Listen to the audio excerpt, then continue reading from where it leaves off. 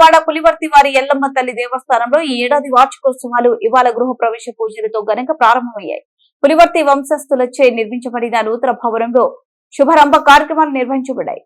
ఇంటి ఆడపడుచులు ఆనందంగా పొంగళ్లు పొంగిస్తూ ఆత్మీయ విందుతో ఉత్సాహాన్ని పురిగొల్పారు. ఈ సాయంత్రం 10 గంటలకు నర్రవాడ ఉలవారిపాలెం, గుదివారిపాలెం గ్రామాల సమన్వయంతో గ్రామోత్సవం నిర్వహించనున్నారు.